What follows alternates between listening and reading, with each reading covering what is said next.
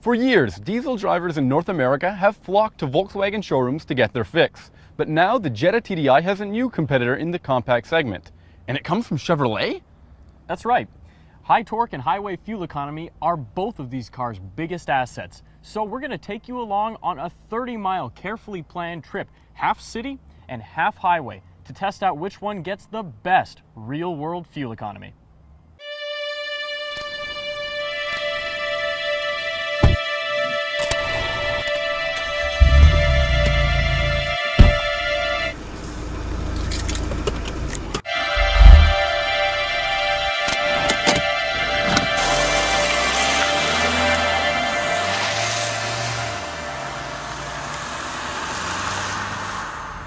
Now, there really isn't a whole lot about either of these cars to distinguish the fact that they use diesel engines, except for the noise that they make at idle and the badges that they wear on the outside.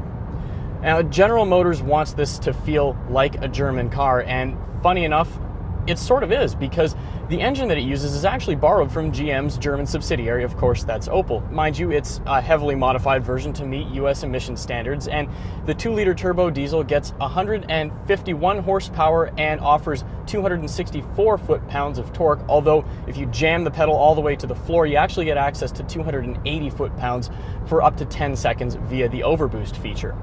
Our test car costs just about $29,000, which makes it one of the most expensive Cruzes you can buy. You only get one transmission option for that price, a 6-speed slush box, and while Chevy swears up and down that it's able to compete with the VW gearbox options, I'm a little bit skeptical.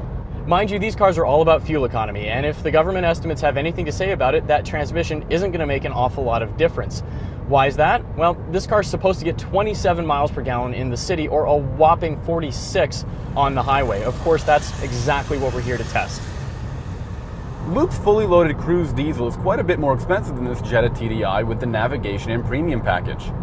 Altogether, this vehicle costs $27,850, and you don't even have to spend that much just to get into a diesel Jetta. In fact, you can just spend $23,850 to get into a base Jetta diesel.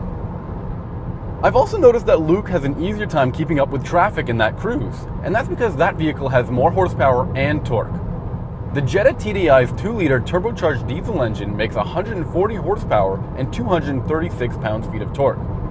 In our vehicle, that motor is paired to a quick-shifting dual-clutch transmission, but you can save some money by going for a manual transmission. Now, when it comes to fuel economy, the Jetta TDI gets better fuel economy in the city at 30 miles per gallon. But it does not come near the 46 miles per gallon that the Cruze gets on the highway. At least that's what the EPA says. It rates this vehicle for 42 miles per gallon. But let's see how it does with some real-world driving numbers. Now, like I said earlier, the Cruze is supposed to get up to 46 miles per gallon on the highway. Unfortunately, over the course of 15 miles at an average speed of 63 miles an hour, I'm finding that it only got 39.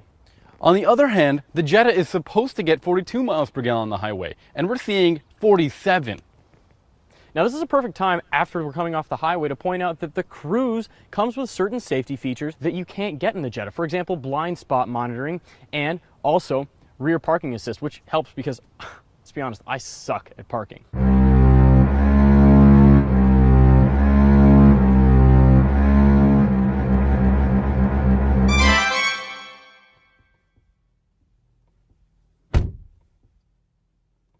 But the Jetta is cheaper and more stylish.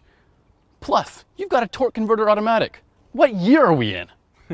I'll give that one to you, Sammy, but I'll take the Cruze for seat quality and comfort over the Jetta any day of the week. On that note, why don't we see how these cars do in the city? Luke's right. The Jetta doesn't have the same safety or convenience features as the Cruze. And one thing I really wish I had in here is the Cruze's infotainment system. Volkswagen's MMI system is clunky, old, and ugly, and it just doesn't compare to MyLink. However, I really appreciate the driving dynamics of the Jetta. It steers well, and that transmission is impossible to beat. However, our specific vehicle has a really weird braking problem. The whole car starts to shudder to a stop. Now, I don't know if it's because this is a press vehicle, and most press vehicles have a pretty rough life, but I bet a brand new Jetta won't feel as rough as this. The urea treatment system in the Cruze takes up a huge part of the trunk, and that's why the Jetta has a far bigger cargo space. Now the Cruze has better seats, and the Jetta altogether doesn't look that special. In fact, all of the hard plastics in here are already scuffing up and leaving marks, and that doesn't really give it a quality feel. You know, Sammy's absolutely right. The 6-speed automatic in this car just doesn't stack up to modern dual-clutch gearboxes like the one that he gets to play with in the Jetta. I'm also noticing that this is the much noisier of the two, both inside the cabin and just speaking in terms of the exhaust note in general.